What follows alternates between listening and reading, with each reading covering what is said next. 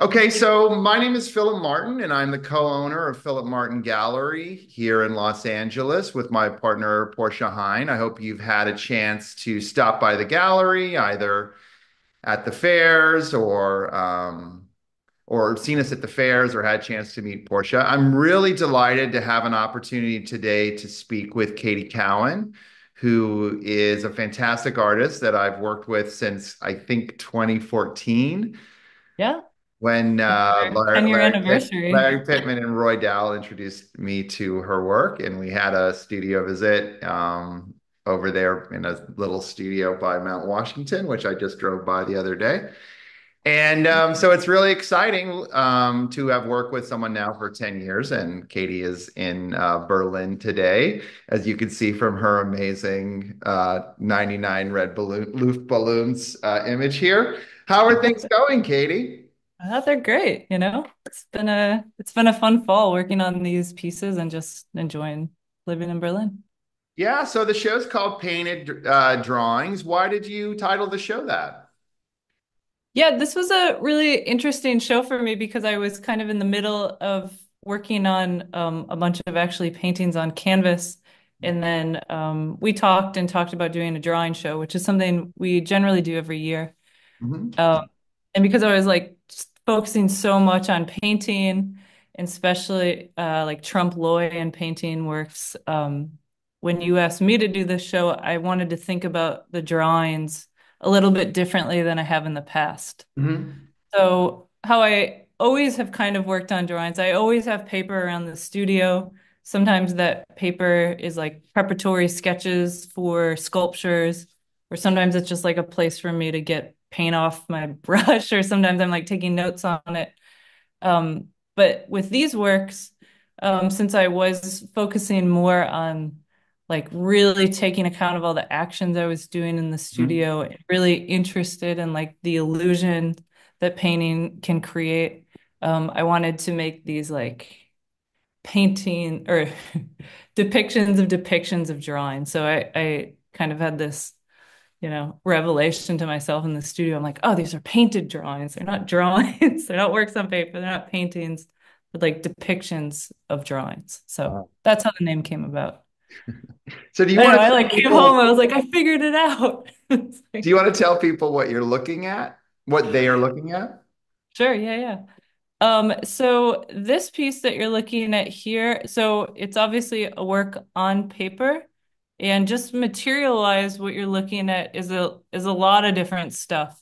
There's spray paint, there's oil paint, let's see, there's graphite, there's airbrush, so airbrushed acrylic paint, and there's also some oil stick on there as well. So as you can kind of see from this image, it really, really builds in a lot of different layers. Some of these layers are applied kind of quickly or like expressively or lightly. Some of them take a long time to render the illusion a little bit stronger. And then some, like the last mark on this piece, that big red mark, just like goes over the whole thing. So a lot of different layering is occurring on these pieces. So when we look at them, this kind of illusionistic And aspect that you describe that even reminds me of a school of work called abstract illusionism, which was in the 80s. mhm. Um, as a viewer, you're sort of seeing that illusionistic part first, but is that how they're operating, or is the illusion kind of added on in the process? Perhaps you start with a range of mark making, or as you even mentioned, cleaning your brush, or there's interesting moments in here where lines are being drawn around existing color areas and starting to kind of create space. Does any of this resonate? Yeah, yeah, I'm just taking it all in. Yeah, I like that question because you're right. It's like the way that the illusions kind of happen, or how I start noticing them is actually through the process of just making these pieces. Meaning like I'll start with these kind of almost like quick sketches with spray paint that kind of serve as the base. And then similar in the way that I would work on my cast metal pieces, like the painted cast metal pieces, there's like a real call and response that happens with the marks that initially go down and then the Hmm. material itself. And then like all these different ways you can layer the illusion through the process of just like building it and building it and building it. So it's these like the piece that we're looking at here, this is it's I like that you paused on this because this was one I struggled with the most in terms of like thinking it was done, not being happy with it, putting another huge layer on over it, putting the then like putting all that rendered tape marks on it and just kind of making it until like finally it kind of resolves itself or I have to stop or something. So the illusions that I was like focusing on weren't planned out. They just sort of occurred in the same way they do with the metal pieces. So if you weren't happy with it, what does that mean? What does happiness mean? Jeez. That's a big question. Hey. Um, yeah, I know. Um, what does happiness mean with these pieces? There are a lot that I just actually didn't, I just kind of got rid of, which Hmm. normally doesn't happen. Normally I'll rework them and rework them. But I don't know, it's kind of the same way I approach all my work. It's somehow like, it starts with this figurative form that I'm aware of, and I know that viewers don't necessarily see or necessarily have to see with these pieces. So I always know there's some sort of structure kind of lying under Hmm. this whole image. And I guess when I feel it's more resolved is when it kind of hits a point where I know I can notice that figurative form in there, and then the Hmm. materials that I'm depicting also have like a strong enough presence as well.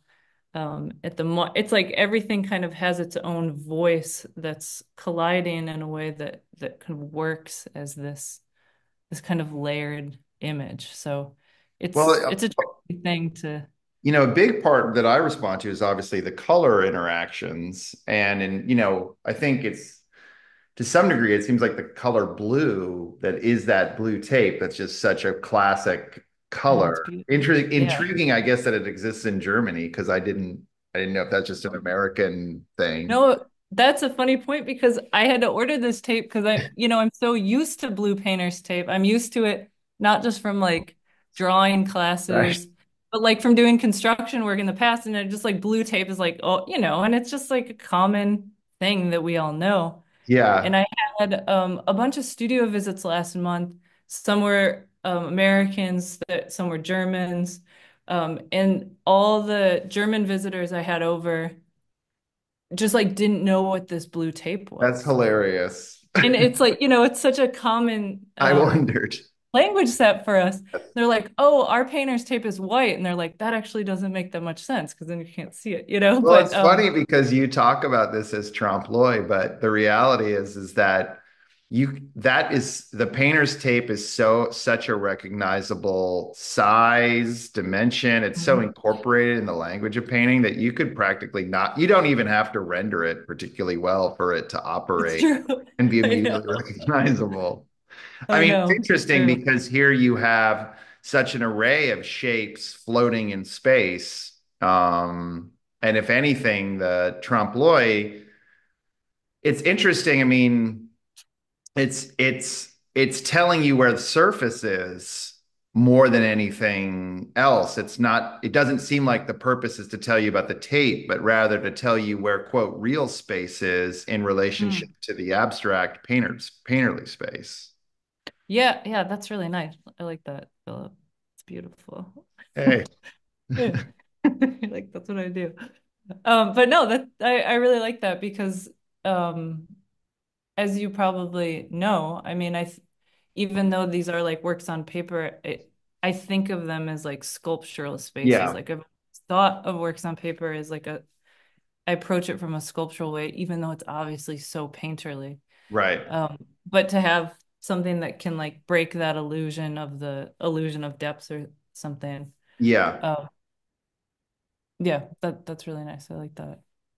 Well, I mean, we should probably clarify though, most people people probably know, but they maybe don't. We should obviously say what trompe-l'oeil is. So trompe-l'oeil obviously is a French phrase and it means to fool the eye. And I'm not pronouncing it anywhere close to what it is. We say trompe-l'oeil, but I think the French would say something completely different. If I try to say it, it's going to sound more like fooling the egg or whatever, because I'm not good at it. But Yeah. the point being is that it's a very old part of painting, obviously, and it goes, trompe l'oeil is functioning. If you look at a trompe l'oeil book, you're going to see Greek mosaics as one of like the beginning parts of it. And in fact, the famous story is a Greek painter who had grapes and the ravens came down and they tried to eat them.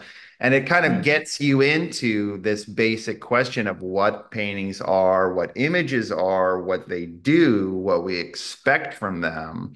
And then obviously it's something that we kick around in the 16 I don't know, 15, 1600s as still life is kind of brought back. Then it's a factor there. And then obviously people like Picasso and Braque used it really extensively, Juan Gris, to talk about, again, the picture plane and what it does. And there was a big show at the Met on this topic. Oh, yeah, There that was looked some amazing. I mixed, the looked amazing. reviews were slightly mixed, but I thought the object quality of the show was unbelievable. I thought it was a great show and one that I really, really enjoyed.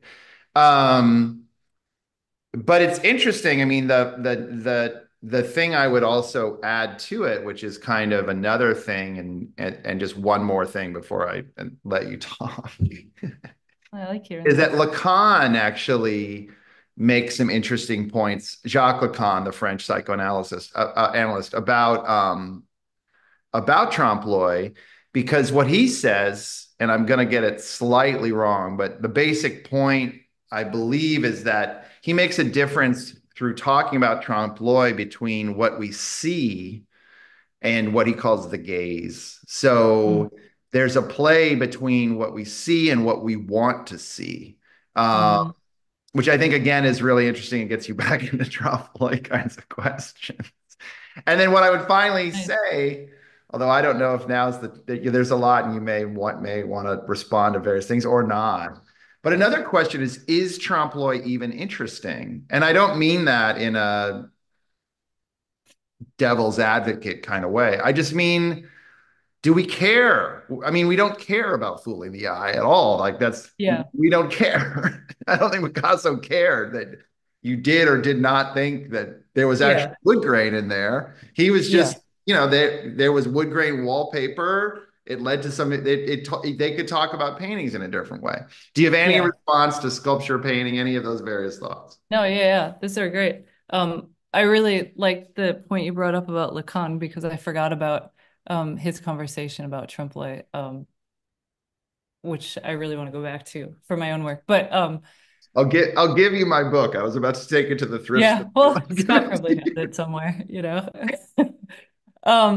But no, I mean, I got interested in this um trompe l'oeil just actually through the sculpture stuff because as you Yeah, know, people are always like you tell them it's painted metal and they oftentimes right. like no, like or like they don't, it's almost like they don't believe you and then we're Yeah, like convincing them or something. And that happened so many times, not in a negative way, but just in a way that was really interesting to yeah, always hear that it's like, wait, I need to be like paying way more attention to what that sort of trick is doing to them. yeah. Um, and I recently was at this lecture by the art historian Alexander Nagel, and he was talking about, with sculpture, it's like you can't get tricked by sculpture because you always like the force of the material always comes through. Like you always know there's a material Yeah. under that versus a painting, obviously, Yeah. like it's pure illusionistic space. And just that comment in thinking about it through sculpture, which is how I normally think about it, it Hmm. just made me really want to like push the legibility of the images in these works to see how they could like come in and go out and kind of oscillate through recognition and see if I added these more like realistic renderings of, the tape the Hmm. paper edges, whatnot, like show the studio practice in kind of its fullness and process in a different way of what that sort of effect could produce. And I think, at least for me, it made these works kind of go past just pure like drawing, like how I thought about Hmm. drawing. They kind of pushed it to this new, um, different mode of like looking at the medium itself. So Yeah. that's how that kind of turned how I was paying attention to these pieces. Well, it's kind of an intriguing thing, and I mean, I think trompe l'oeil is something where it kind of triggers these questions, but the questions it triggers isn't really what's interesting. And we'll show some of your sculptures in a second. I'm not saying Mhm. they're not interesting. I mean, of course, artists make No, things yeah. interesting. So, whatever.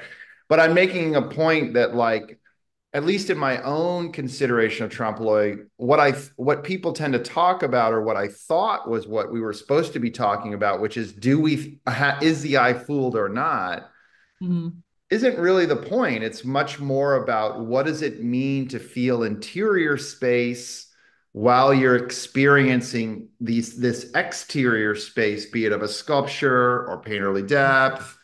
And then we'll show some of your sculptures because one of your um, elements in your casting, obviously is rope, which you used because you kind of like the line that you could make with rope and the different sizes of that line when you Mhm. cast it into metal with the Yeah, gauges of the rope. So you can have thick lines and thin lines and you can respond to them. And when I look at the blue tape, I kind of see the same thing where there's this interest in the blue and interest in a rationale to have a straight line within the context of this.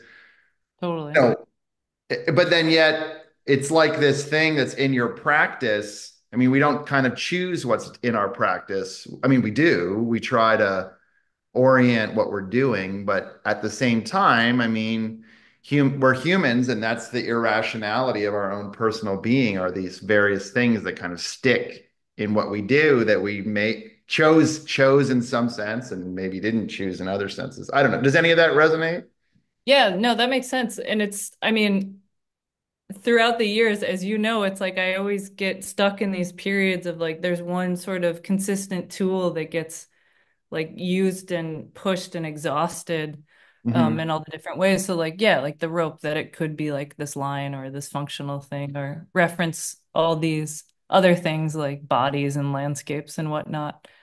Um that then transferred to like the blue painter's tape, Yeah. um, which obviously has the same sort of relationship. It's like a functional work tool in the studio, and it can make these really formal lines or expressive lines, or you can just pay attention to like the gorgeousness of the blue that it's made Mhm. of.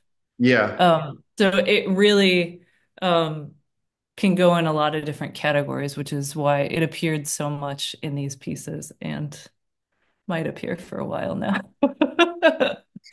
Maybe you'll be casting it. This Yes, is, maybe. just getting into Hopefully. some slightly older work, also though made in Berlin. Mhm. Um, it's, almost the underlying layers to the tape as we look at it now in some sense. You Yeah, it's mentioned, true. you want to talk a little bit about just the sculptures in Berlin and kind of your reaction to that? Because that seems to have been pretty powerful for you. Yeah, of course. So the piece that we're looking at right now, I think was that made last year or 2 years Yeah. ago? I Hmm. just don't remember the Yeah. date on that exactly. Hmm. Um, but when I first got here, which was about a little over 2 years ago, moved to a new city, trying to figure out what I'm going to make or like where the influence is going to come from when you're in a new place. There's so much influence, Hmm. and especially in a totally new country. And one thing that really stuck out to me is all these stone, kind of roughly sculpted stone sculptures that populate all the parks here. Yeah. And they're inside the museums as well. Um, and I just the fact that the parks are such a huge like social space in this city and throughout Europe. that these kind of big figurative bodies can exist on like a, they're presented, but they're also just part of the landscape, and they're part of not just the visual landscape, but like the social landscape. Hmm. I became really drawn to them, and I see them every day. They're just kind of like these totems of like going through daily life. But also that these bodies, sometimes you see fragments of them or try and remember them and like draw them back in the studio. But also that they can collect so much information. So like Hmm. anyone who's been to Berlin knows that it's just a city like totally covered in graffiti, and it's the surfaces are covered in past shellings and gunshots, and it's just like there's so much history in the texture. So I got really drawn to not just the figurative bodies, but also like what these textures kind of hold and what they can kind of show through them. So they started informing the work, and this piece, um, which has a lot of like graphite texture to it, I found this paper that I have been consistently using that has a really nice tooth to it that somebody came by the studio the other day and said it has like the skin of a sculpture, which I thought was really nice because it has that texture of like the Yeah, sculptures. it's very So, physical. I mean, as you're saying, the mhm. texture is that it has a lot of tooth, meaning that there's real physical depth between the top part of the paper and the bottom part of the paper. And as you work Yeah, into it with the pressure of a pencil, you can really kind of get in there. exactly. Yeah. Yeah. So it kind of, yeah, it provides these different opportunities for depth Hmm. just by like the pure material makeup of it as well. Yeah, it's like you're drawing on a shag rug.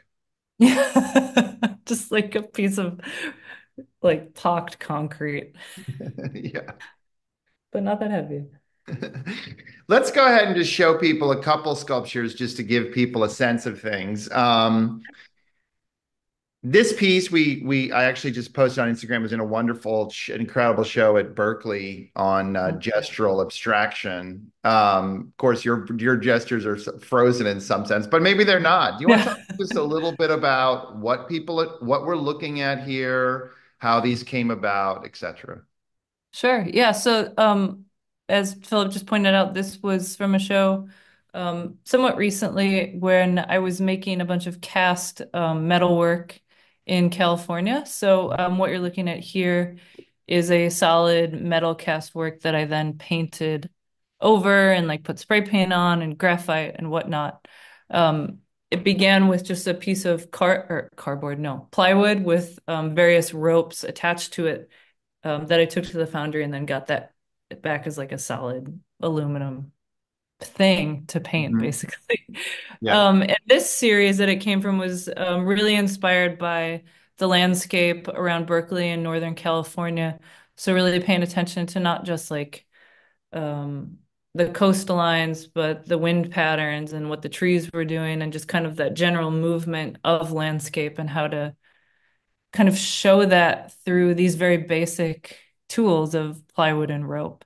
And then obviously the paint is what really kind of pulls that movement and like excitement and kind of line work out of the form eventually. Yeah, we And yeah, talked it a was really little. nice to have this in Berkeley. It was really special because it Yeah, I was mean, there. I don't know if this one is, but I know a lot of them, you and I are often talking about Goat Rock and Jenner and the end of the Russian Mhm. River and that section up there by Salt Point and whatnot. Yeah. Yeah. The It lovely makes me place. want to tell you an incredible story about my child. If we were to just, can I tell you just something super quick and random? Of So we course, yeah. went to Salt Point, and which is just a little bit north of there, where you Mhm. have these incredible sculptural rocks, and obviously all the salt collects there.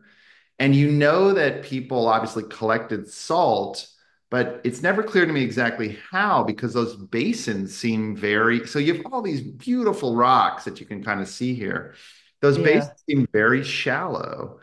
Asa and I, when we went there, my son, he discovered that where it's not so much the basins, but rather where the water drains away, there are columns inside the rock Oh, that's cool. I didn't of know that. salt. that you can reach your hand into, and they're like, multiple feet deep. I That's was crazy. stunned. Yeah. Yeah. Basically. I had no Really? idea. Yeah. Wow. Yeah, that's cool. Well, we're approaching the end of the conversation. Is there anything that we haven't talked about that you might like to talk about?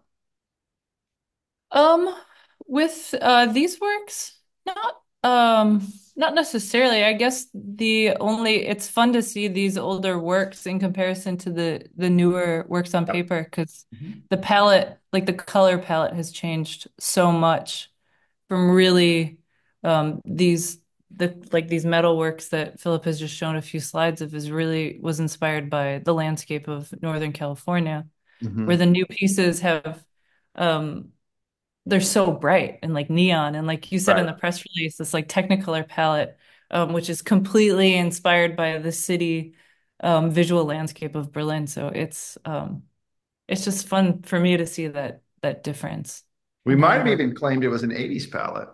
an 80s Technicolor palette. Yeah. Or Well, it even is, it totally is. That's what it's like. It's a this is a hard last color palette to work with, let me tell you.